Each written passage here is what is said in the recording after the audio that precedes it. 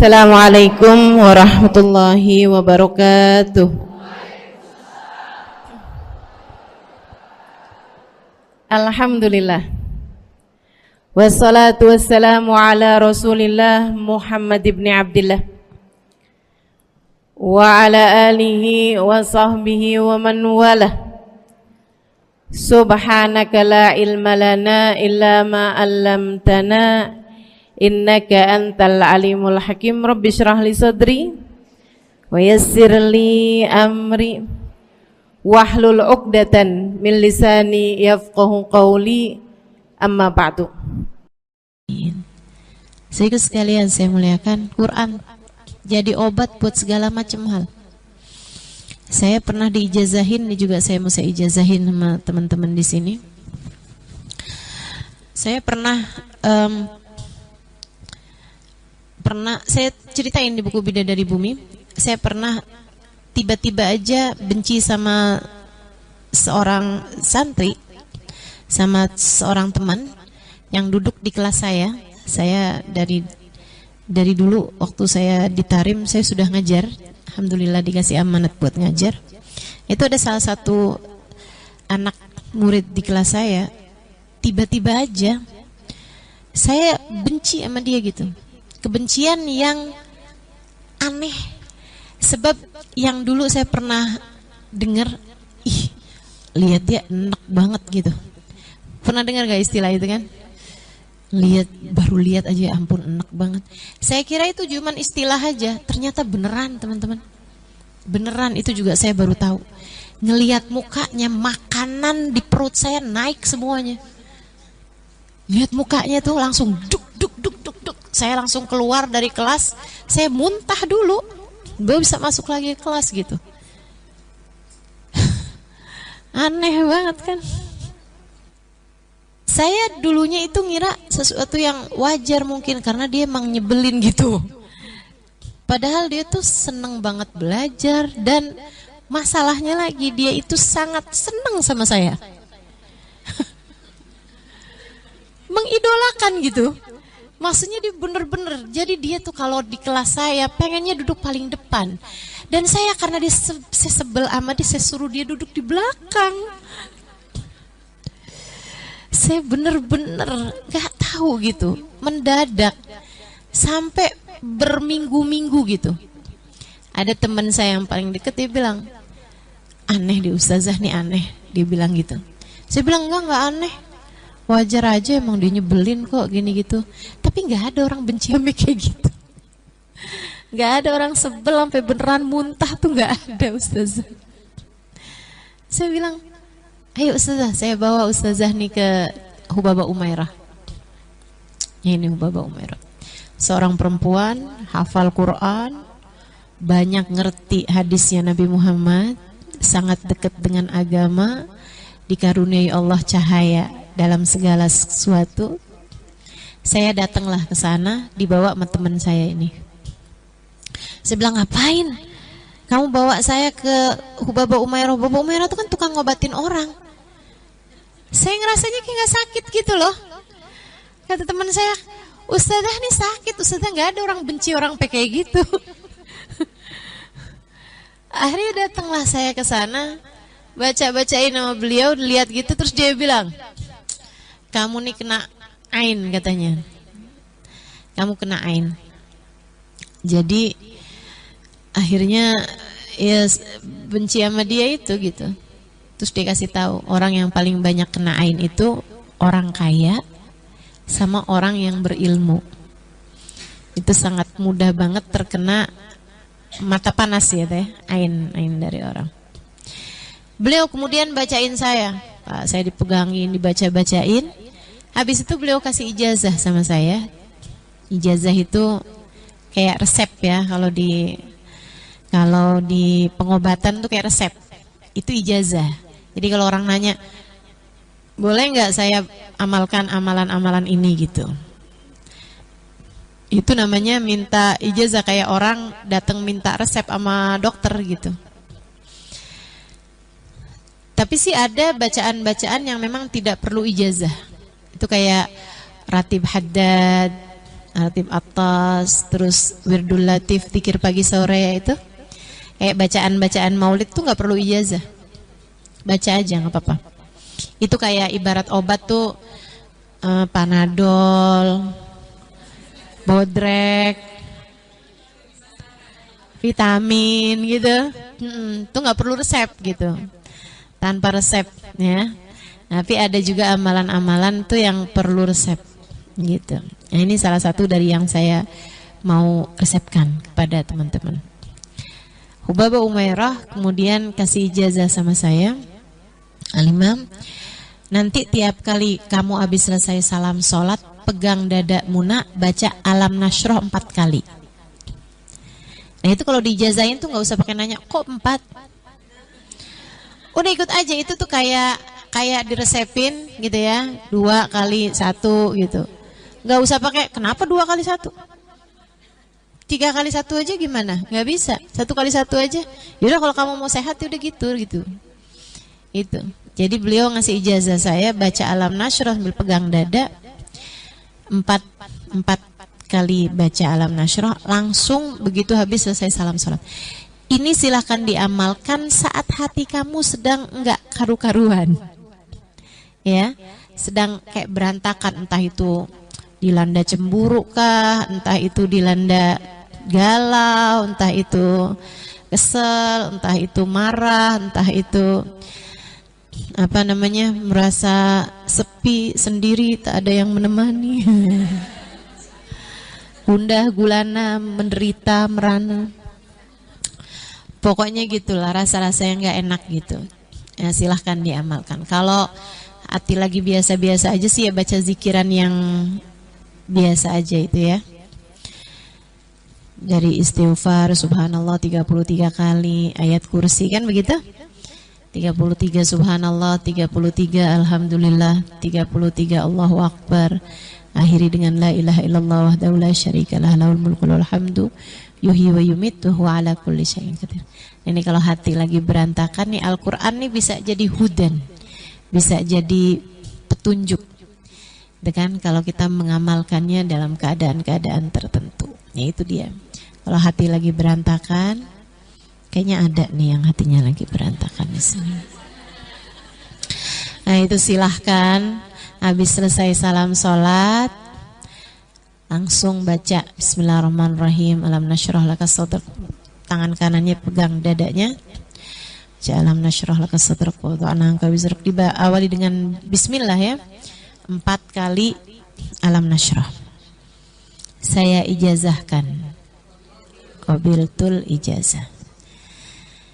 Fatihah ila ruhi Hubabah Umairah, anallaha yaghfir laha warhamha wa yataghashaha birrahmah wal maghfirah uskinul jannah birahmati sya'allah. Al-Fatihah. Bismillahirrahmanirrahim. Alhamdulillahirabbil alamin. Ar-Rahmanir-Rahim. Maliki yaumiddin. Iyyaka na'budu wa iyyaka nasta'in. Ihdinas siratal mustaqim. Siratal ladzina an'amta 'alaihim ghairil maghdubi 'alaihim waladdallin. Amin. Nabi pun juga banyak ngajarin suatu dengan pakai ayat-ayat Quran. Assalamualaikum warahmatullahi wabarakatuh.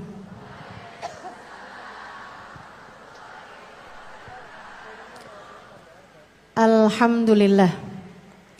Wassalatu wassalamu ala Rasulillah Muhammad ibn Abdillah wa ala alihi wa sahbihi wa man wala.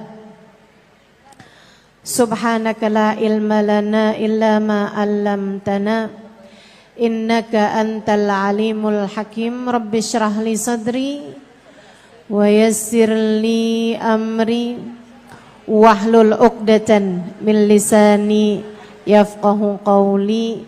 Amma ba'du. Alhamdulillah, Allah sampaikan juga saya ke tempat ini. Masjidnya Allah Subhanahu wa taala, bait min buyutillah, rumahnya Allah. Mudah-mudahan kita udah disampaikan di rumah Allah di dunia. Allah sampaikan pula ke Baitullahil Haram di Mekkah. Dan Allah sampaikan pula di tempat keridhaannya surga Allah di akhirat nanti insyaallah. Amin ya rabbal alamin. Rabbi la tukhzini yawma yub'atsun yawma la yanfa' mal wala banun illa man atallaha biqalbin salim. Kata Nabi Ibrahim yang Allah tuliskan dalam Al-Quran, ya Allah, jangan kecewakan aku, jangan buat aku susah pada hari di mana Engkau membangkitkan hamba-hambamu. Nanti di akhirat saat manusia dibangkitkan, ya Allah, jangan buat saya susah, jangan buat saya kecewa. Yauma la yanfa' mal wala banun. Hari yang itu loh ya Allah, hari yang tidak bermanfaat orang bawa harta, hari yang tidak bermanfaat orang bawa anak. Yang bermanfaat hanyalah orang yang datang pada Allah biqalbin salim, dengan membawa hati yang selamat. Karenanya siapapun di antaramu yang akan menuju ke akhirat, semua dari kita menuju ke akhirat. Siapapun di antaramu yang kepengen di hari akhiratnya nanti menjadi orang yang tidak susah, menjadi orang yang tidak sedih, menjadi orang yang tidak kecewa, menjadi orang yang tidak ketakutan, menjadi orang yang berhasil. Siapa di antaramu yang kepengen di hari akhiratnya nanti berbahagia, bersukacita? Siapa yang kepengen di hari akhiratnya nanti bergembira? Pastikan saat-saat ini, saat hidupmu di dunia ini, pastikan kamu sedang menuju kepada keselamatan hati. Hatimu selamatkan. Hatimu selamatkan, teman-teman. Hatimu selamatkan.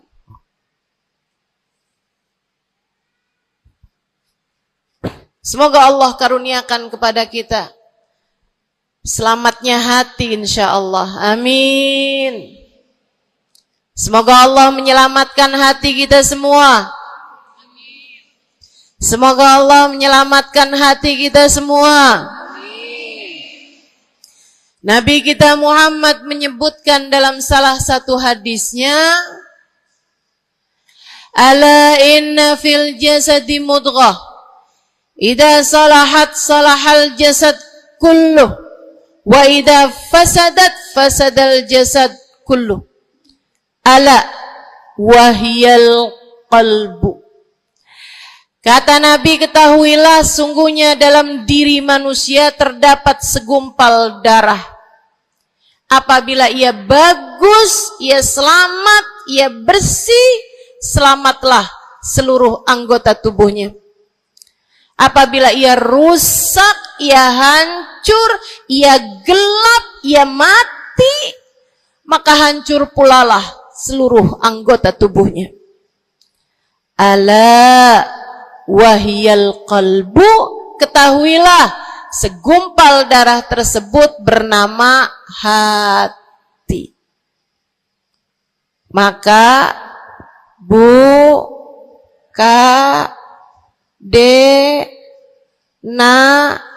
nek, banyak nenek-nenek di sini. Saya sampaikan padamu pesan dari hati saya yang terdalam. Berhati-hatilah dengan hati. Yang hati-hati sama hati, apa yang ada di dalamnya? Coba silahkan Silahkan kamu pikirkan nih kondisi hati saya nih kayak apa. Kita kalau badan lebih gampang ngerasainnya. Saya kalau ditanya, Ustazah lagi sakit? Iya. Sakit apanya Ustazah? Kaki. Saya bisa jawab. Tapi kalau kamu ditanya misalnya, gimana kabar hati kamu?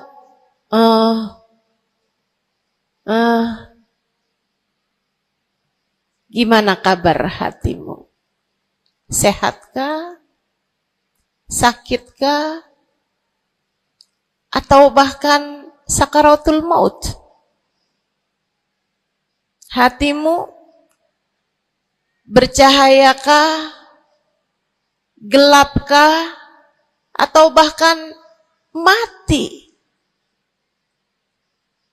Bagaimana kabar hatimu, teman-teman? Bagaimana kabar hatimu? Innallaha la yanzur, kata Nabi Muhammad dalam hadis yang lain. Innallaha la yanzur ila suwarikum wala ila absyarikum, walakin yanzur ila qulubikum. Sungguhnya Allah tidak melihat kepada badan kalian. Allah tidak melihat kepada warna kulit kalian. Allah nggak peduli hidung kamu mancung ataukah pesek. Allah nggak peduli kulit wajahmu mulus ataukah berjerawat. Allah nggak peduli kamu tinggi ataukah pendek. Allah nggak peduli warna kulitmu semacam apa. Yang Allah Subhanahu wa taala lihat, yang Allah Subhanahu wa taala perhatikan adalah hatimu. Adakah ia mulus? Adakah ia penuh dengan penyakit-penyakit? Yang Allah pandang darimu adalah hatimu. Nih, sekarang saat kamu duduk sama rata di tempat ini, teman-teman. Meskipun ada yang lebih tinggi, ada yang lebih rendah, tapi kita duduk nih sama-sama di tempat ini nih. Nilaimu di mata Allah bukan seberapa dekat jarak antaramu dengan saya. Nilaimu di mata Allah bahkan bukan bergantung dari jam berapa kamu datang. Ketika kamu sama rata duduk di tempat ini, yang Allah pandang darimu adalah hatimu. Sedang berada di manakah saat ini? Yang duduk di tempat ini sembari mikirin ntar pulang enaknya makan apa ya?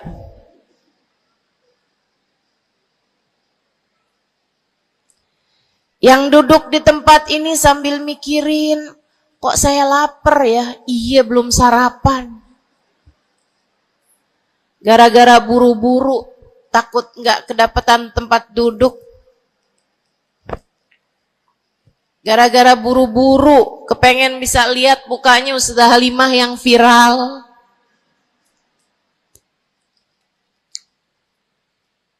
Hatimu. Allah melihat darimu, nilaimu di hadapan Allah. Nilaimu di hadapan Allah saat ini bukan bergantung dari seberapa awal kamu datang, bukan bergantung pada hal-hal yang lainnya, akan tetapi yang Allah lihat darimu adalah hatimu. Adakah Allah di dalamnya? Adakah Allah di dalamnya? Adakah Allah di dalamnya? Pun demikian dengan kamu saat sholat, pun demikian saat kamu sedang sedekah.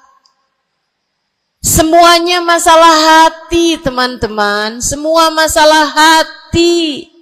Kata guru saya Sayyidil Habib Umar bin Hafid, al-madar kullal madar fi salahil gulub urusan segala urusan, sumber segala macam urusan, dasar segala macam urusan ada pada bagusnya hati. Kalau udah hatinya bagus, bagus semuanya. Kalau udah hatinya busuk, busuklah semuanya. Semoga Allah selamatkan kita dari busuknya hati. Semoga Allah selamatkan kita dari busuknya hati. Amin ya rabbal alamin. Dunia, akhirat, masalah semuanya ada pada hati. Karenanya yuk kita bahas, gimana sih caranya nyelamatin hati? Yang pertama, kalau kamu pengen tahu caranya nyelamatin hatimu, yang pertama,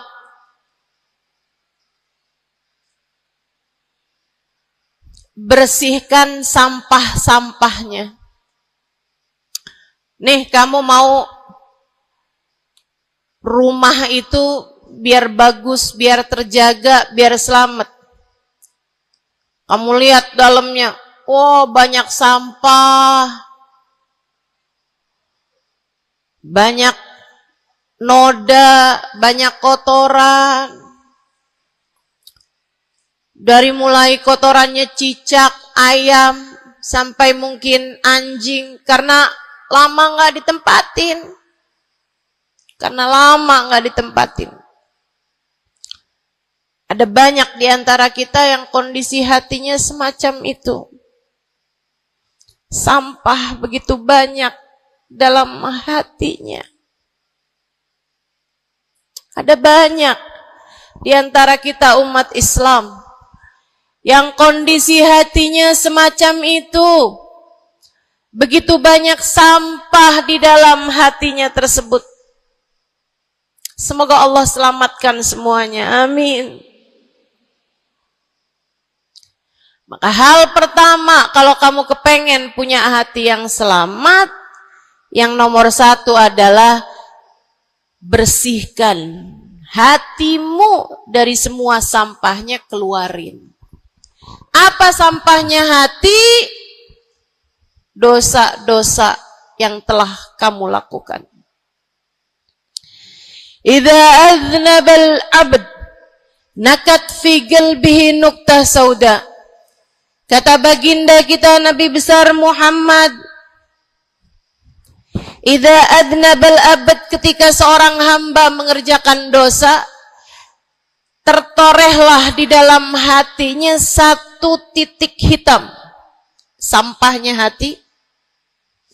Kamu tiap kali bikin dosa, dosa apa aja? Bukan hanya dosa besar, zina, bukan hanya dosa besar, minum minuman keras atau narkoba, bukan hanya dosa besar, judi atau riba, bukan hanya dosa-dosa besar. Kalau itu titik hitam yang sangat besar tertoreh di dalam hatimu itu. Bahkan dosa-dosa kecil, sekedar marah-marah sama suami atau ngambil uang suami. Gimana? Pernah? Rezeki istri solehah ustazah. Lagi mau nyuci, kelihatan, alhamdulillah. Emang haram ya ustazah? Ya haram, bukan punya kamu. Kan katanya ada hak istri dalam harta suami. Iya betul kalau dia kasih. Kalau dia kasih, kalau nggak kasih, nggak halal juga. Bahkan dosa-dosa kecil, seperti melihat tetangga, terus kamu bilang, ya ampun, cakep banget ya. Nyesel saya nggak kawin sama dia.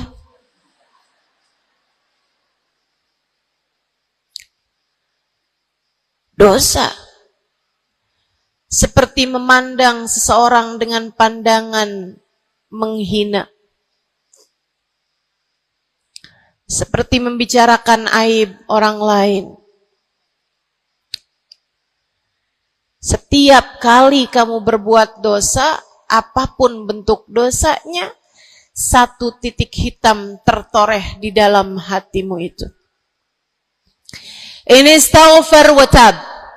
Musih, kalau dia beristighfar, kalau dia bertaubat, dihapuslah titik hitam tersebut. Wa illa, kalau enggak, ya tetap aja ada. Kamu bikin dosa lagi, bikin dosa lagi, bikin dosa lagi, bikin dosa lagi. Enggak pernah istighfar, enggak pernah memperbaiki diri. Aurat tidak kamu tutup dengan baik. Sehingga akhirnya setiap kali kamu keluar dilihat oleh laki-laki yang bukan mahrammu. Satu titik hitam, satu titik hitam, satu titik hitam. Sampai terkadang hati seseorang dipenuhi dengan titik-titik hitam. Hatinya menjadi legam. Hatinya menjadi penuh dengan titik-titik hitam. Semakin bertambah lagi, semakin bertambah lagi, jadilah karat. Jadilah karat. Kalau udah jadi karat, na'udzubillah. Ini yang Allah sebutkan di dalam Al-Quran. Kata Allah, kalla, a'udzubillahi minasyaitonirrajim, kalla, bal rana ala qulubihim bima kanu yaksibun, kalla innahum an rabbihim yawma idin lamahjubun. Kalla, kata Allah, balran, ada ran, ada karat di dalam hati mereka tersebab dosa, dosa, dosa yang menumpuk tanpa pernah dimohonkan ampunan. Kalla innahum an rabbihim yawma idzin lamahjubun. Orang kalau hidup bawa karat hasilnya apa? Orang kalau hidup bawa karatnya hati hasilnya apa ya Allah?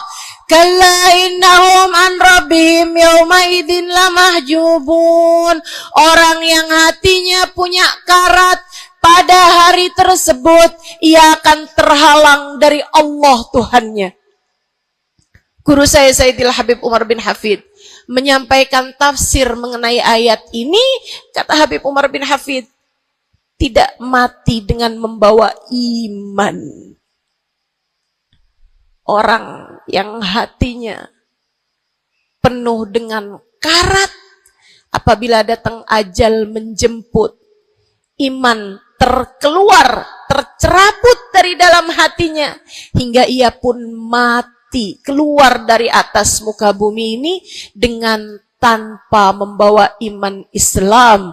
Dia keluar dari atas muka bumi ini bukan sebagai hamba Allah, bukan sebagai umat Nabi besar Muhammad sallallahu alaihi wa ala alihi wasallam. Dia meninggal dunia dalam keadaan su'ul khatimah. Na'udzubillah min dzalik. Jangan biarkan karat memenuhi hatimu. Jangan biarkan hatimu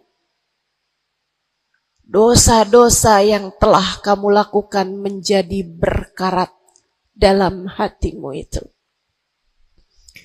Saya kesian sama kamu. Nggak apa-apa.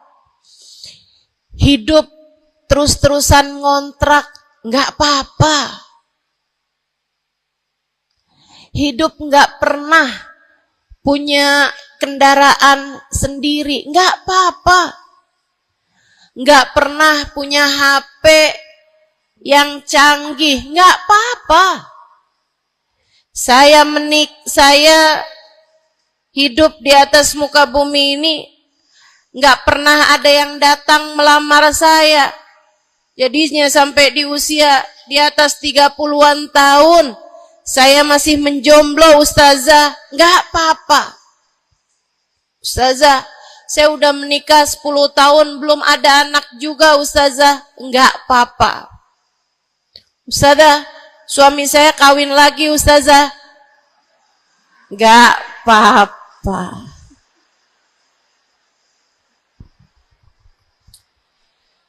Hidup di dunia ini apapun yang terjadi semuanya hanyalah sementara. Kamu hanya perlu memastikan agar tatkala datang ajal menjemput kamu punya modal. Dan modal utamanya yang nomor 1 adalah hati yang bersih. Hati yang selamat. Kamu bawa pulang menghadap Allah Subhanahu wa ta'ala bigalbin salim. Kamu bawa hati yang selamat. Insya Allah. Mati nggak bawa suami nggak apa-apa.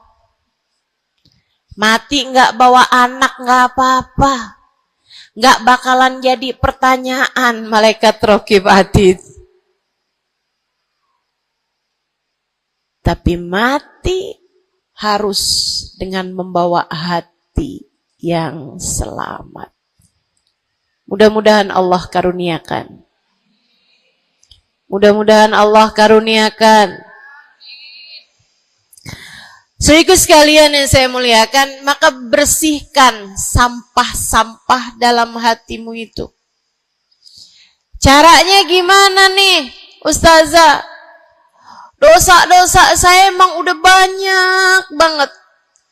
Saya di masa muda, di masa remaja, bahkan sampai udah tua juga nih, bergelimangan dengan dosa demi dosa. Banyak dosa saya Ustazah. Saya zaman muda berada dalam masa jahiliyah. Dosa, segala dosa saya kerjakan. Apa yang harus saya lakukan? Bersihkan karat-karat dalam hatimu itu dengan taubat. Minta ampun sama Allah. Minta ampun sama Allah. Kamu perlu nangis sama Allah. Kamu perlu sungguh-sungguh minta ampunan sama Allah. Dosa segede gunung, kalau Allah mau melemparkannya ke dalam lautan ampunan, inna kaba'irad dunubi ful ghufrani kalamami. Katanya sahibul burda, sesungguhnya dosa-dosa besar dalam lautan ampunan, ia hanyalah seperti buih di dalam lautan. Gak ada artinya apa-apa kalau Allah mau ampuni. Dosa sebesar apapun, kalau Allah mau ampuni gak ada artinya. Tapi dosa sekecil apapun, kalau Allah mau perhitungkan, kamu gak akan selamat. Saya sampaikan padamu atas nama cinta. Dosa sekecil apapun yang kamu lakukan, jika ia tidak berjumpa dengan ampunan Allah, kamu bisa tidak selamat. Iblis nyembah Allah 70.000 tahun lamanya. Sujud di atas bumi, dia sujud, bumi dihancurkan, Allah naikin dia ke langit. Di atas langit dia sujud, ganti-ganti posisi sujudnya. Karenanya Imam Ghazali dalam kitabnya Minhajul Abidin mengatakan, ma min buk'ah minal ard was sama, tidak ada satu jengkal tanah, baik di bumi ataupun di langit, illa waqad sajad iblis fihi sajdah. Iblis udah pernah sujud di sana, di semua tempat di bumi maupun di langit. paling banyak ibadahnya ternyata bukan seorang wali. Paling banyak ibadahnya ternyata bukan seorang nabi. Kalau hitung-hitungan panjang-panjangan ibadah, ibadahnya iblis lebih panjang daripada siapapun dari makhluknya Allah Subhanahu wa taala yang pernah tinggal di bumi ini. Akan tetapi dia nggak nurut. Iblis ibadah 70.000 tahun. Nggak nurut sekali doang. Sekali aja. Wa idh qulna lil malaikati isjudu li Adam fasajadu illa iblis. Ketika kami memerintahkan seluruh makhluk yang ada di langit, seluruh malaikat kami perintahkan, wahai malaikat-malaikatku, sujudlah kalian kepada Adam. Fasajadu, mereka semuanya sujud. Illa iblis, kecuali iblis doang. Tantang, petenteng gak mau sujud. Allah tanya, ma manaka antas judali Adam id amartuk. Iblis, apa yang bikin kamu gak mau sujud kepada Adam? Padahal aku yang telah memerintahkanmu. Bukankah kamu selama ini sujud di bumi, di langit untuk menyembahku? Sekarang aku perintahkan padamu untuk sujud. Kenapa kamu gak mau sujud padanya? Iblis gak bilang, ya Allah, kan perintahnya tadi malaikat. Saya kan bukan malaikat ya Allah. Gak gitu. Gak gitu. Saudariku sekalian yang saya muliakan, bahkan iblis gak bilang, males ya Allah saya sujud, lagi bisulan, misal. Enggak gitu juga. Makanya orang yang meninggalkan taat karena malas, karena bodoh misalnya, itu lebih dimaklumi teman-teman daripada yang kayak iblis ini nih. Ketika ditanya apa yang membuatmu gak mau sujud, wahai iblis, kepada Adam, iblis dengan pongahnya, dengan sombongnya mengatakan, ana khairun minhu, saya lebih baik daripada Adam. Khalaqtani min nar wa khalaqtahu min tin. Saya berasal dari api, sementara Adam berasal dari tanah. Tanah diinjak-injak ya Allah, sementara api begitu hebatnya. Fahbit minha fa innaka rajim. Kata Allah, kita yang taat sama dosa sama-sama baik.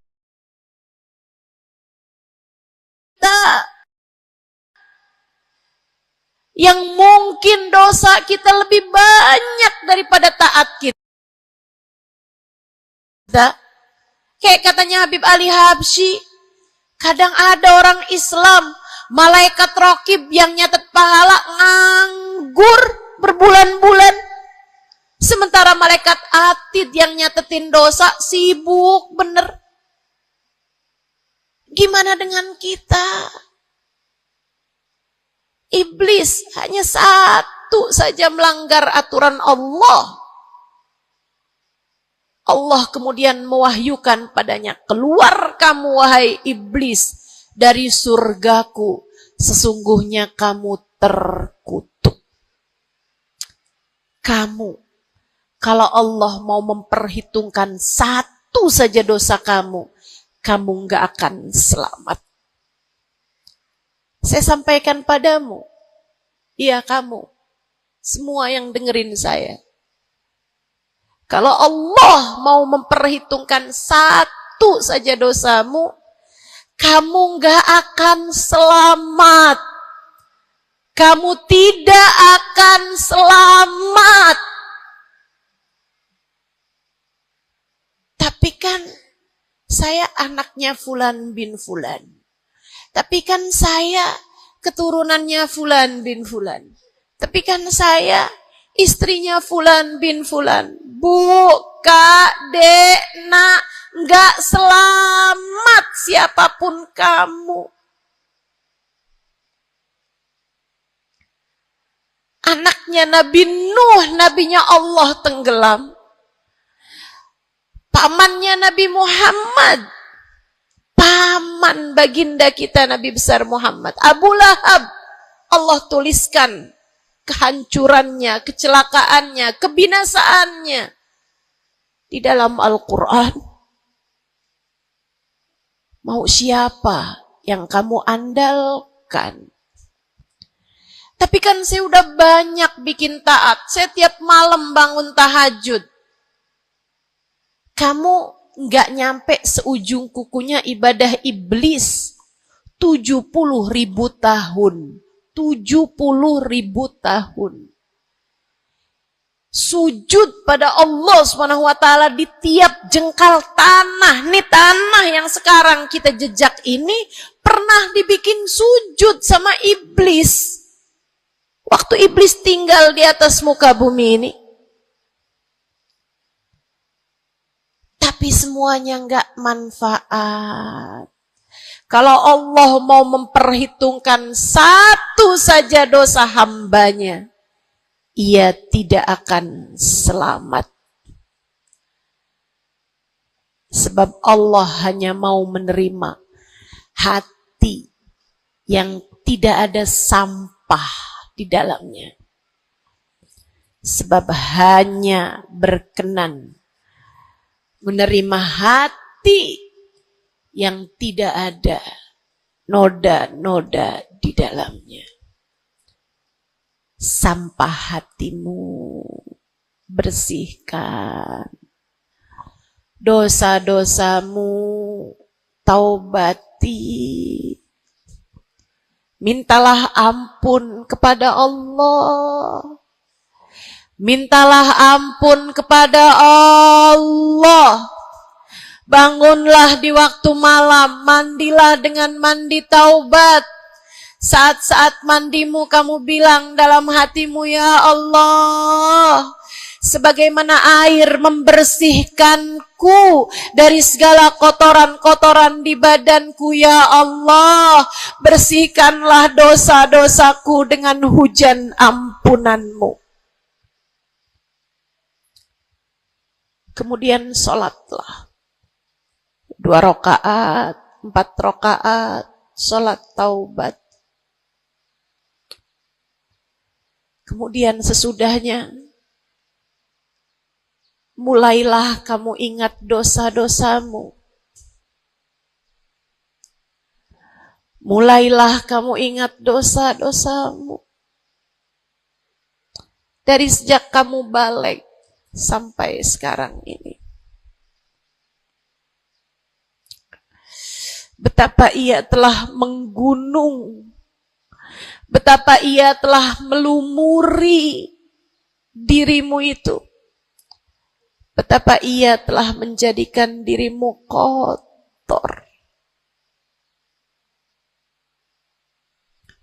Kemudian ingatlah nikmat yang telah Allah SWT berikan, bahwa bersama dengan banyaknya dosa-dosamu, ia tak henti-henti memberikan kepadamu kenikmatan demi kenikmatan. Bahwa meski matamu berulang-ulang kau pandang yang haram dengannya, Allah masih membiarkan matamu dapat melihat.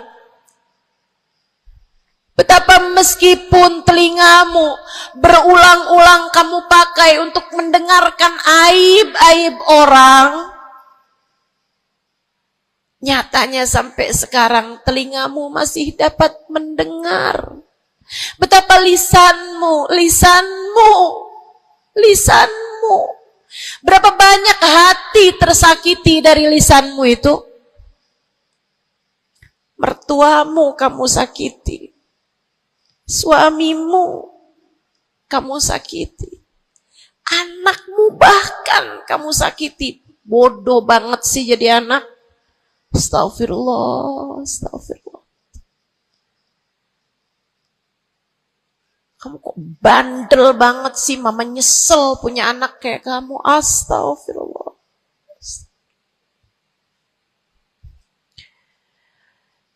Betapa lisanmu menyakiti hati tetanggamu, saudara-saudarimu, sahabat-sahabatmu, orang-orang di sekelilingmu merasakan gangguan dari lisanmu itu, tersakiti dari lisanmu itu.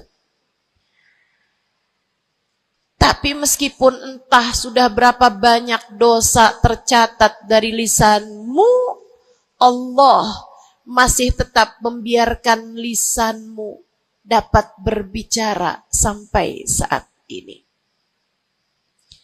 Nikmat tak henti-henti Allah berikan kepadamu, bukan? Betapa durhakanya diri kita. Namun betapa penuh rahmatnya Allah kepada kita. Betapa berlumurannya kita dengan dosa-dosa.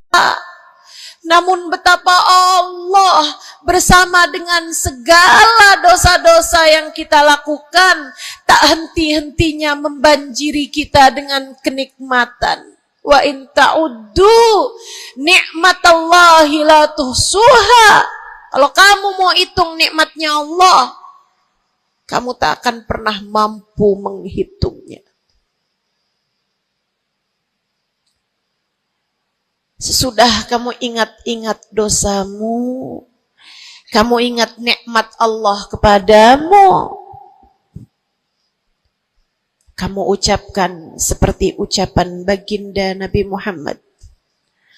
Allahumma anta rabbi la ilaha illa anta khalaqtani wa ana abduka wa ana ala ahdika wa wa'dika mastata'tu a'udzu bika min syarri ma sana'tu abu'u laka bi ni'matika 'alayya wa abu'u bi dhanbi faghfirli fa innahu la yaghfiru dzunuba illa anta. Ya Allah, Engkau adalah Tuhanku. Tak ada Tuhan kecuali Engkau. Aku adalah hamba-Mu yang Kau perintahkan buat taat, yang Kau perintahkan untuk menepati janji semampuku. Ya Allah, aku berlindung dari buruknya perbuatan yang telah aku lakukan. Begitu buruk, begitu jelek dosa yang telah aku perbuat padamu, ya Allah. Abu'u laka bi ni'matika 'alayya. Ya Allah, Engkau selalu datang padaku dengan berbagai macam kenikmatan-kenikmatan. Wa abu'u bi dzambi, sementara aku selalu datang padamu dengan dosa demi dosa. Faghfirli, ampunilah aku ya Allah. Fa innahu la yaghfiru dzunuba illa anta. Bukankah tak ada yang dapat mengampuni dosaku selain Engkau ya Allah. Minta ampun sama Allah. Minta ampun sama Allah. Yang serius, menangislah di hadapannya. Menangislah di hadapannya. Dalam keheningan malam saat tiada sesiapapun yang melihatmu. Jauhkan dulu apapun yang dapat membuatmu kehilangan konsentrasi. Jangan lagi khusyuk-khusyuk begitu tiba-tiba kedengaran suara Shopee.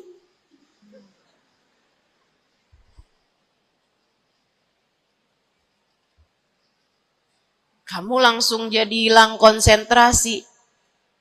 Yang mana nih ya?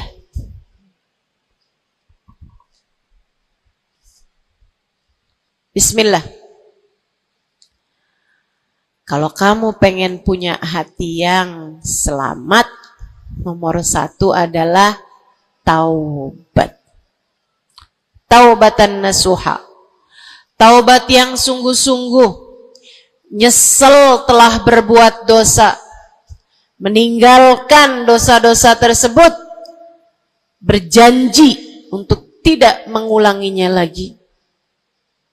Jika dosanya terkait sama manusia, ada syarat keempat yang harus dilakukan, yaitu meminta maaf kepada orang yang telah engkau sakiti hatinya tersebut. Yang kamu habis bikin dosa sama dia, minta maaf. Mudah-mudahan Allah SWT ampuni dosa-dosa kita. Amin. Semoga Allah ampuni dosa-dosa kita. Amin. Ketika ada seorang ulama ditanya, ya Syekh, wahai Syekh, kalau saya nih punya banyak hajat nih, punya banyak permintaan, tapi waktunya sempit buat doa, doa apa yang seharusnya saya panjatkan? Misalnya nih, lagi sebentar nih bisa kepegang Hajar Aswad, lagi sebentar nih bisa ada di depan Ka'bah, lagi sebentar nih bisa ada di dekat makam Nabi Muhammad sallallahu alaihi wasallam. Sesudah kita ucap salam kepada baginda Nabi, ini apa nih yang harus saya minta kepada Allah? Hajat saya banyak, sementara waktu saya sempit buat doanya. Apa yang harus saya mintakan? Apa sebaik-baik hajat yang perlu kita mintakan di saat tidak banyak waktu untuk memintanya kepada Allah? Syekh tersebut menjawab, is'alil maghfirah, mintalah ampunan dari Allah. Sebab bagaimana mungkin kamu meminta hajat-hajat yang lain, sementara kamu masih belum berada dalam pandangan rahmatnya Allah. Kamu masih terusir dari pintunya, kamu udah minta-minta. Nih kayak istri lagi minggat sama suaminya, kemudian dia WhatsApp, tolong dong transferin saya. Lah balik dulu. Baru minta. Tiap kita ngerjain dosa adalah tiap langkahan kita menjauh dari Allah Subhanahu wa ta'ala. Tiap kali kamu mengerjakan dosa adalah langkahan-langkahanmu menjauh dari Allah Subhanahu wa ta'ala.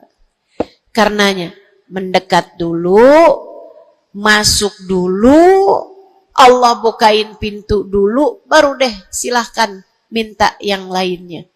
Kalau sempit waktumu, mintalah ampunan dari Allah Subhanahu wa ta'ala. Ini kan kerjaan kita nih suka salah-salah kalau doa. Giliran lagi ada hujan nih, wah doa mustajab, langsung, ya Allah jodoh ya Allah. Yang cakep, yang ganteng, yang kaya, yang setia, yang soleh, banyak bener. Padahal kalau ngelihat dirinya kagak ada pantes-pantesnya. Kalau kamu pengen jodoh yang soleh, solehahkan dulu dirimu itu.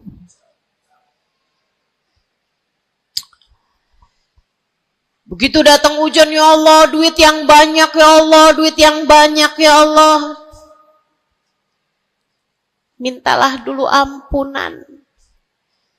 Sebab kamu mati nggak bawa jodoh nggak apa-apa, kamu mati nggak bawa duit nggak apa-apa. Tapi kita mati harus bawa ampunan Allah Subhanahu wa ta'ala. Sebab dosa akan mengotori ruang hati kita. Maka syarat utama hati yang bersih adalah keluarkan sampah sampah darinya dengan cara taubat. Mohonlah ampun pada Allah. Secara serius. Cukup sekali Ustazah? Enggak cukup. Lo dosanya banyak. Tiap habis sholat minta ampun. Tiap ada kesempatan buat doa minta ampun. Tiap lagi datang hujan minta ampun. Tiap lagi ziarah ke makam Nabi, ke makam wali minta ampun sama Allah. Tiap lagi datang orang soleh, katanya doa sambil memandang wajah orang soleh mustajab.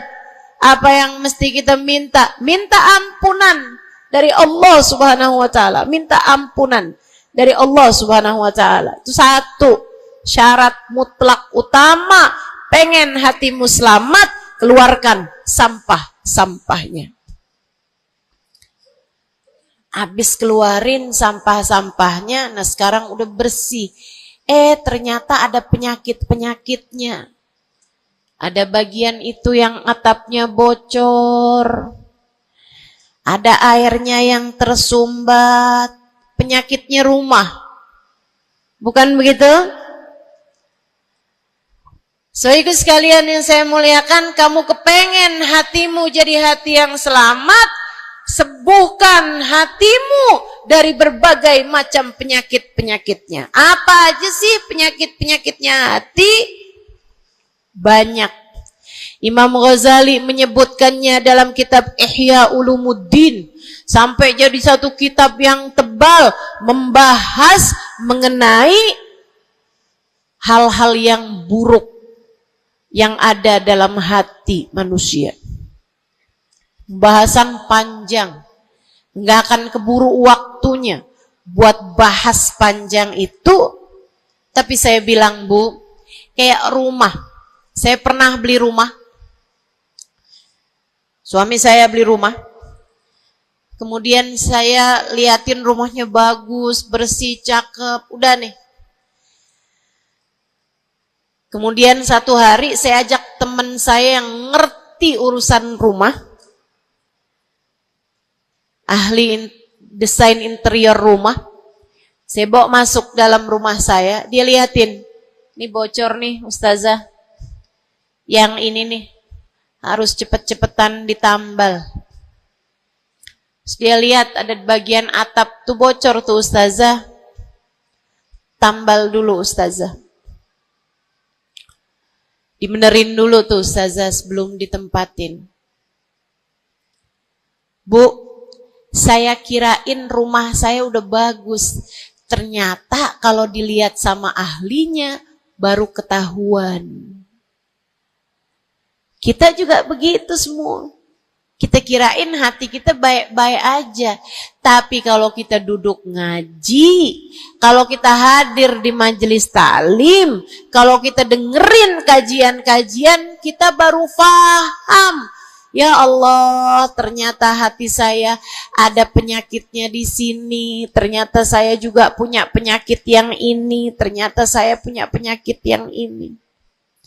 Karena jangan berhenti belajar.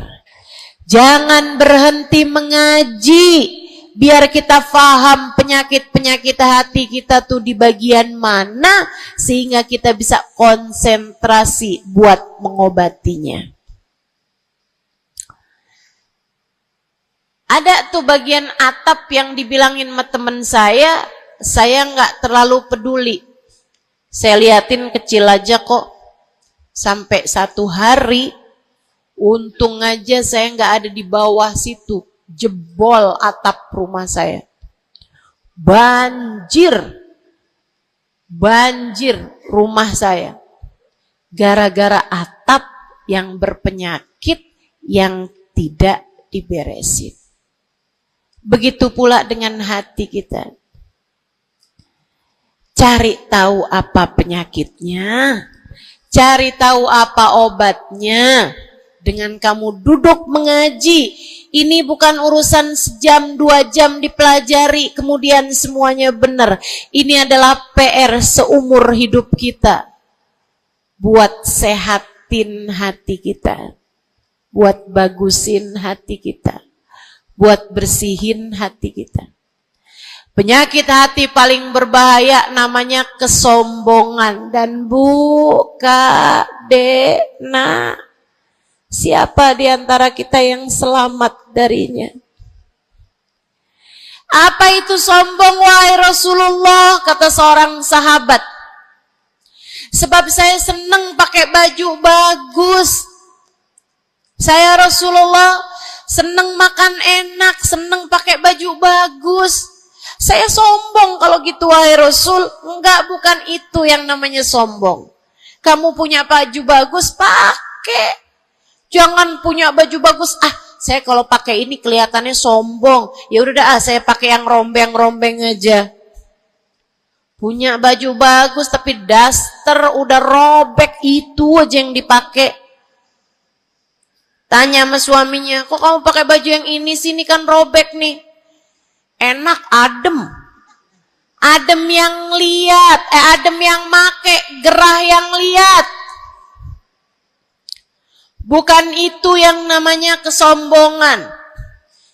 Saya punya uang, saya bisa beli mobil yang bagus, tapi saya nggak mau beli, saya takut sombong. Bukan itu yang namanya kesombongan.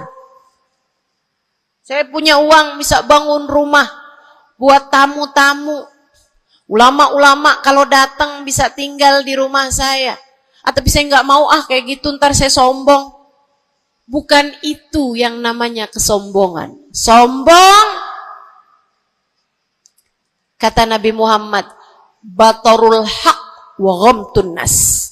Sombong adalah menolak kebenaran dan menghina orang lain, merasa diri lebih baik daripada orang lain. Itu yang namanya sombong. Merasa diri lebih baik dari orang lain. Merasa diri lebih baik dari orang lain. Sering banget ini kan kita kan. Betul? Dulu-dulu belum pakai jilbab.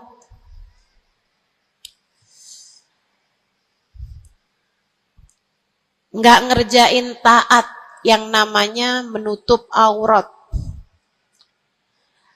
Habis itu kemudian pergi majelis, hadir kajian pakai jilbab, rapi banget. Bahkan tumpuk-tumpuk. Ustadzanya pakai jilbab 1 lapis, dia pakai 3 lapis.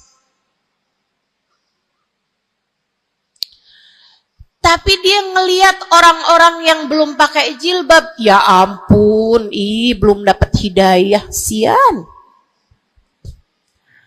Saya rasanya kepengen buat bisikin sama dia, Mbak, Israel udah deket. Boleh gak sih Ustazah, saya bisikin di telinganya, malaikat penjaga neraka kirim salam. Astaghfirullah. Dulu kamu berbuat dosa dengan membuka auratmu, kini kamu berbuat dosa dengan dosa kesombongan. Itu namanya bukan taubat. Itu namanya bukan hijrah. Itu namanya pindah dosa. Dari satu dosa membuka aurat menjadi dosa kesombongan, dan bisa jadi di hadapan Allah dosa kesombongan lebih besar nilainya daripada dosa membuka aurat. Bisa jadi. Bisa jadi.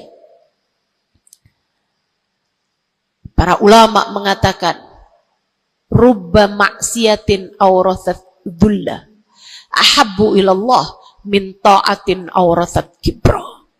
Terkadang kemaksiatan yang melahirkan rasa rendah diri di hadapan Allah lebih Allah sukai daripada ketaatan yang melahirkan kesombongan. Hati-hati. Hati-hati sama hati. Jangan biarkan kesombongan merusak hidupmu.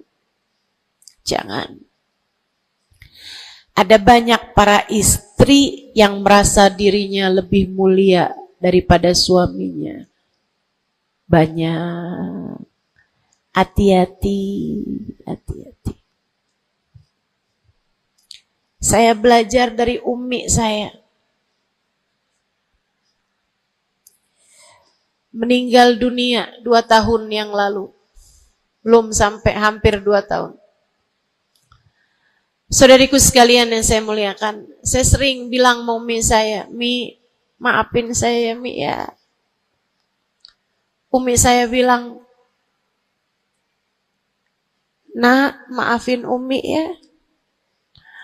Umi punya salah sama kamu nggak kurang daripada salah kamu sama Umi.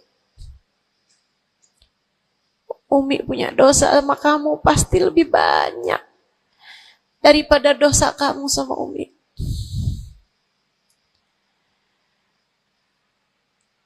Itu rasa yang jarang dimiliki para ibu. Seringnya ibu tuh merasa selalu lebih baik daripada anaknya. Seringnya ibu tuh merasa dia nggak punya salah, dia nggak punya dosa. Yang punya dosa banyak tuh anaknya kepada dirinya, bukan begitu? Ayo minta maaf dulu sama ibu. Ayo minta maaf dulu. Kan seringnya bilang gitu sama anak-anak kita. Kamu tuh nak, ibu ini adalah ibumu, surgamu berada di bawah telapak kakiku. Waduh. Betul, al-jannah tahta aqdamil ummahat. Tapi ucapan kamu yang semacam itu kesombongan. Yakin bakal masuk surga? Yakin? Yakin bakal masuk surga, Bu? Para ibu yang suka bilang surgamu anakku berada di bawah telapak kaki ibumu, yakin kamu bakal masuk surga? Hah? Allah nggak pernah wajib memasukkanmu ke dalam surga, Bu. Allah nggak pernah wajib menghindarkanmu dari api neraka, Bu. Allah nggak pernah wajib menjadikanmu ada di belakang Nabi Muhammad. Kalau kamu sampai Allah usir dari surganya, Allah masukkan kamu ke dalam nerakanya, kamu bisa apa? Kalau saat Nabi Muhammad menggiring umatnya dan kamu tidak bisa ada di belakangnya, kamu terusir dari rombongan Nabi Muhammad, kamu bisa apa? Kamu bisa apa? Nilaimu yang sesungguhnya nanti di akhirat kelihatannya. Nilaimu yang sesungguhnya nanti di akhirat kelihatannya. Jadi kalau kamu mau sombong, tar di akhirat. Kalau sampai kamu bisa masuk ke dalam surga Allah, kalau kamu sampai berada di barisan-barisan terdepan dalam rombongan Nabi besar Muhammad, kalau kamu bisa makan dari buah-buahan surga, kalau kamu ada saat kamu mengucap salam kepada baginda Nabi Muhammad, matamu bisa memandang indah wajahnya, telingamu bisa mendengar indah suaranya, lisanmu bisa mengucapkan salam langsung di hadapannya, silahkan membusungkan dada pada saat itu. Silahkan mau ngerasa diri kamu lebih baik daripada ahli-ahli neraka, silahkan. Tapi sekarang keadaannya belum tentu. Bagaimana jika seseorang yang kamu memandang dirimu lebih baik darinya, ternyata ia melenggang masuk ke dalam surga, sementara kamu Allah jerumuskan ke dalam api neraka? Keadaannya belum jelas, keadaannya belum tentu. Jangan pernah merasa diri lebih baik daripada siapapun. Jangan pernah merasa diri lebih baik daripada siapapun. hatimu, benerin rusak-rusaknya, penyakit-penyakitnya. Ada penyakit berbahaya namanya hasud. Ada penyakit berbahaya namanya hasud. Apa itu hasud? Seneng orang lain dapat kesulitan, seneng kalau orang lain dapat kemalangan, kesusahan, susah hati kalau orang lain dapat kesenangan. Tuh, seneng orang lain susah, susah orang lain seneng. Itu namanya hasud. Ada tetangga naikin rumah, bangun rumah, dia naik darahnya.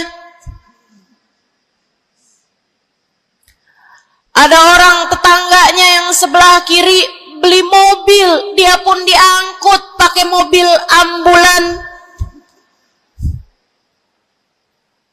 Busuk bener hatinya.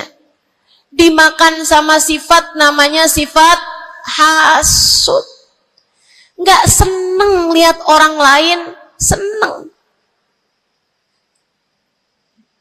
Kalau orang lain dapat kesusahan, seneng bener. Si ibu itu kemarin habis tabrakan. Pantas aja dia tabrakan. Kamu tahu kan, si ibu yang itu tuh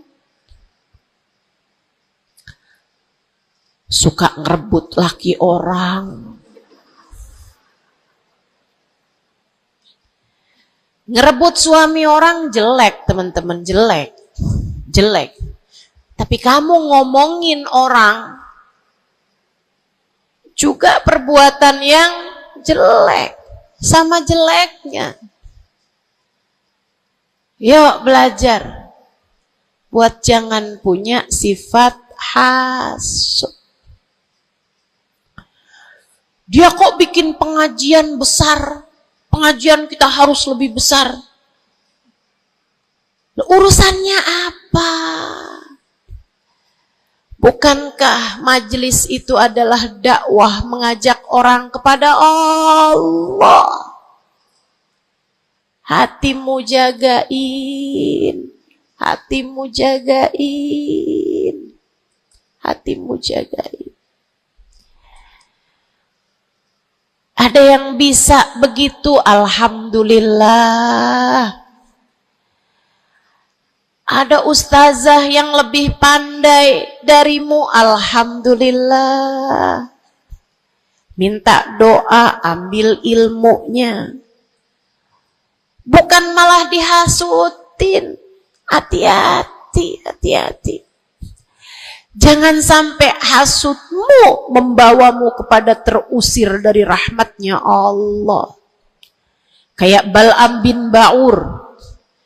Ada zamannya Nabi Musa, teman-teman sekalian. Namanya Bal'am bin Ba'ur. Ilmunya tinggi. Sampai kabarnya, jamaahnya juga banyak. Semua orang dengerin kajiannya. Ini saya serem nih. Ini saya serem nih. So ikut sekalian nih, ngeri banget nih. Ini buat orang kayak saya nih, ngeri banget nih pembahasan ini nih. Ada orang berilmu, pinter banget, namanya Bal'am bin Ba'ur, zamannya Nabi Allah Musa. Jamaahnya banyak, kalau dia hadir kajian, semua orang di kampungnya hadir semuanya. Imam Ghazali cerita, dia sampai-sampai dari berilmunya, ilmunya tingginya, Allah kasih sama dia ilmu yang tinggi. Kalau dia ada dapat pertanyaan yang dia nggak tahu jawabannya, dia doa bisa lihat jawabannya langsung dari Lauhil Mahfuz. Kurang pinter apa? Kurang berilmu apa? Kurang hebat apa? Kurang dekat apa sama Allah? Kamu jadi ustazah, berapa banyak ilmumu? Kamu jadi seorang pendakwah, berapa banyak ilmumu?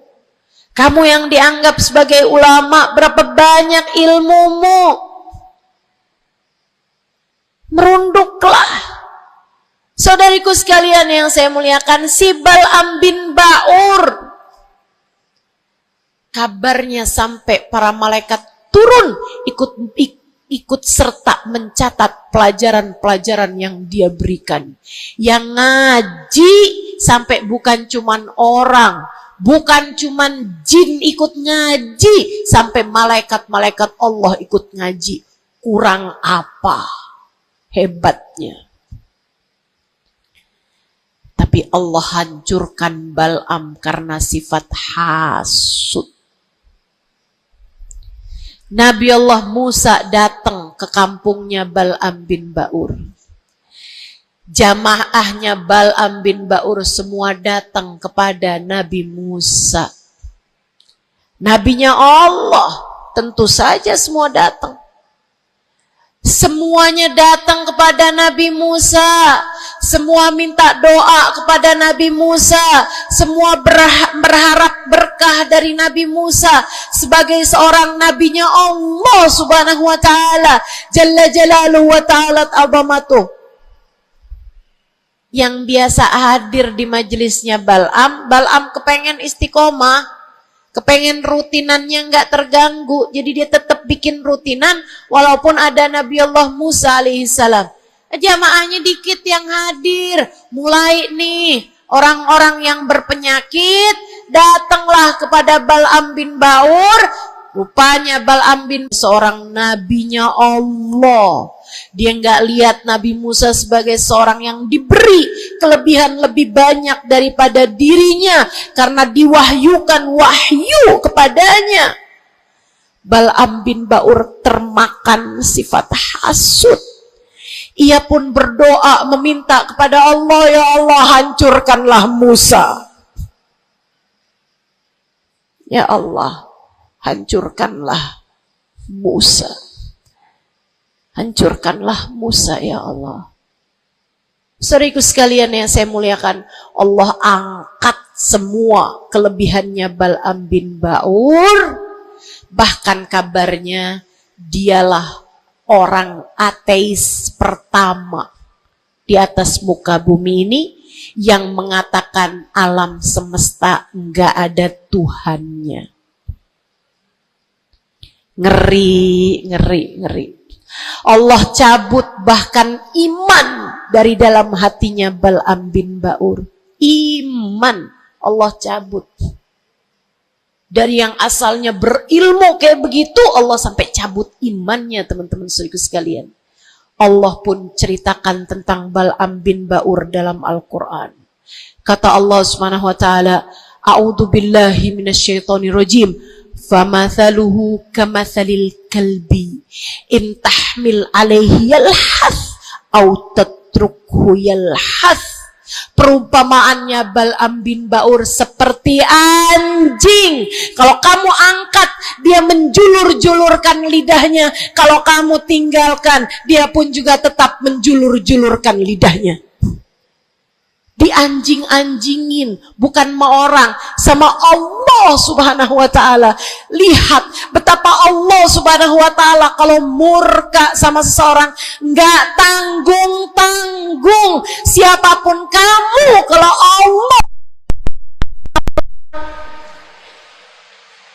Allah murka sama kamu, nggak tanggung-tanggung murka Allah. Bahkan kepada seseorang yang dibukakan lauhil mahfud kepadanya, Allah jadikan dia seperti anjing, kata Allah dalam Al-Quran. Jangan berani-berani punya sifat hasud. Ingat, kalau ada orang diberi kelebihan lebih daripada kamu, ingat, yang ngasih kelebihan itu satu, namanya. Kalau ada seseorang tertimpa kemalangan, jangan sok-sokan merasa diri lebih baik daripada orang tersebut. Ingat, yang ngasih kemalangan kepadanya hanya satu, namanya Allah. Hati-hati sama sifat namanya sifat hasud.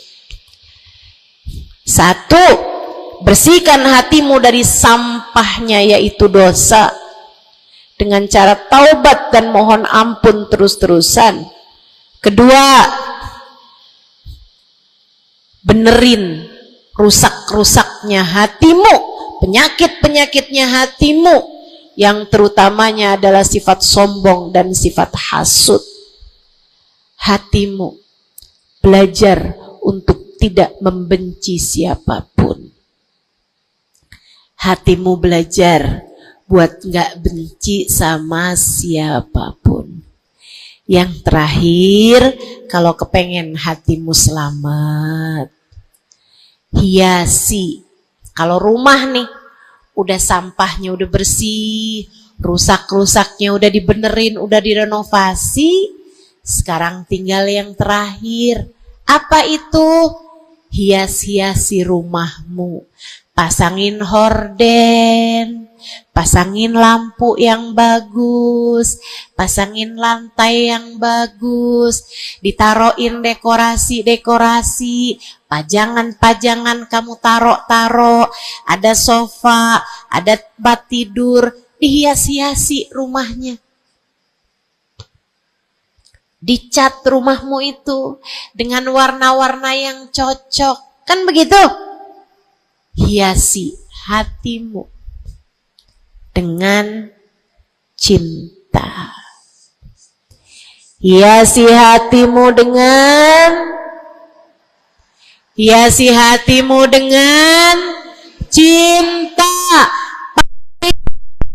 Hatimu ada cinta kepada yang semestinya dicinta. Siapa? Nomor satu Allah, nomor dua, nomor tiga, cintai apapun dan siapapun pada cintanya Allah dan Rasulnya. Cintai ulama karena mereka adalah pewaris para nabi.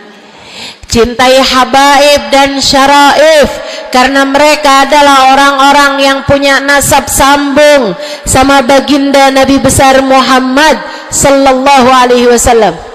Cintai keluarga Nabi Muhammad, cintai para istri-istri Nabi Muhammad, cintai para sahabat-sahabat Nabi Muhammad, terutamanya al-khulafaur rasyidin, sadatina Abi Bakar wa Umar wa Uthman wa Ali. Cintai para sahabat Nabi Muhammad, cintai para ulama-ulama kita di sepanjang zaman, cintai Imam Syafi'i, Imam Maliki, Imam Hambali, Imam Hanafi. Cintai para ulama-ulama kita dari atas sampai kepada ulama-ulama kita yang sekarang ada. Cintai siapapun yang bawa Nabi Muhammad, bawa Allah, yang bikin kamu jadi kenal Allah, kenal Nabi Muhammad. Cintai. Pada cinta mereka terdapat cintanya Allah. Cintai anak-anak yatim sebab mereka dicintai sama Nabi Muhammad. Cintai orang-orang fakir karena mereka dicintai sama Nabi Muhammad. Cintai suamimu sebab kalau kamu cintai suamimu ya, bukan suami orang. Punya suami nggak dicintai, suami orang dia cintai. Astaghfirullah. Cintai suamimu, Bu, sebab dalam cintamu kepadanya mendekatkanmu kepada cintanya Nabi Muhammad, mendekatkanmu kepada cintanya Allah. Kamu sayangi, kamu hormati, kamu muliakan suamimu, Allah ridho kepadamu, Nabi Muhammad sayang kepadamu. Cintai orang tuamu sebab Allah memesankan kepada kita untuk cinta kepada orang tua kita. Cintai anak-anakmu sebab mereka umatnya Nabi Muhammad. Mereka umatnya Nabi Muhammad. Nabi Muhammad sangat sayang sama umatnya yang masih kecil-kecil. Nabi Muhammad sangat sayang sama umatnya yang masih belia, masih remaja. Mereka disayangi sama Nabi Muhammad, maka kamu pun harus sayang sama mereka. Yang tua-tua diantaramu sayangin, yang muda-muda diantaramu sayangi. Kata Nabi Muhammad, laisa minna man lam yuqir kabirona walam yarham saghirona. Tidak termasuk diantara umat Islam yang gak hormat sama yang tua, yang gak sayang sama yang muda. Cintai semuanya. Terakhir, cintai dirimu. Sebab kamu umat Nabi Muhammad. Cintai dirimu, sebab kamu hambanya Allah. Jangan merasa diri nggak berharga. Dirimu berharga. Dirimu layak masuk surga kalau kamu taat sama Allah. Jangan menganggap diri nggak ada artinya. Jangan. Kamu berarti sebab ada kalimat paling tinggi di dalam hatimu. Bunyinya kalimat La ilaha illallah Muhammad Rasulullah. Kamu berharga, saudariku sekalian. Kamu berharga. Jangan mau menghinakan dirimu dengan kemaksiatan. Jangan mau menghinakan dirimu dengan merebut suami orang.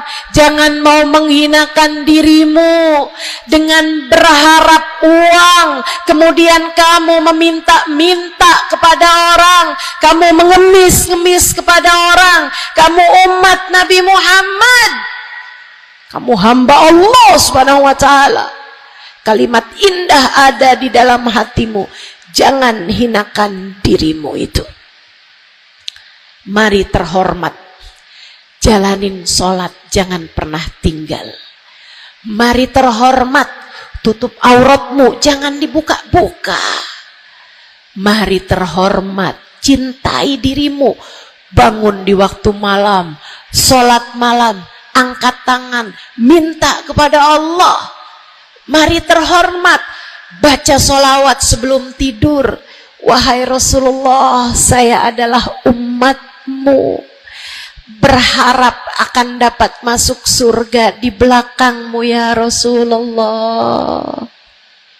Mari cintai dirimu sebagai hamba Allah, sebagai umat Nabi Muhammad. Insya Allah. 3 hal itu jika kamu lakukan, bersihkan hati dari dosa-dosa, sembuhkan penyakitnya hati yang ada dalam dirimu, kemudian yang terakhirnya, hiasi hatimu dengan cinta dan kasih sayang kepada siapapun yang ada di atas muka bumi ini. Sayangi aja semuanya, cintai aja semuanya, sebab dalam cinta kepada semuanya terdapat cintanya Allah dan Rasulnya. Saya sakit, tapi saya tetap datang ke Pontianak karena saya sayang, karena saya cinta sama orang-orang Pontianak. Bukan karena Pontianaknya, tapi karena yang berkumpul di sini adalah umatnya Nabi Muhammad. Saya berharap dengan saya datang padamu, umatnya Nabi Muhammad, semoga Nabi kalian berkenan memandang saya dengan kasih sayangnya. Saya datang ke sini walaupun sakit, karena saya tahu kalian semua hambanya Allah. Ada keberkahan dalam diri kalian yang saya berharap mendapatkan itu. Saya berharap dengan saya datang padamu, Allah Tuhanmu berkenan merahmati saya sebagai hambanya. Yuk sayangi semuanya, yuk cintai semuanya. Rabbana zalamna anfusana wa illam taghfir lana wa tarhamna lanakunanna minal khasirin. Rabbana atina fid dunya hasanah fil akhirati hasanah wa qina adzabannar. Bifadli subhana rabbika rabbil izzati amma yasifun wassalamun alal mursalin walhamdulillahi rabbil alamin. Assalamualaikum warahmatullahi wabarakatuh.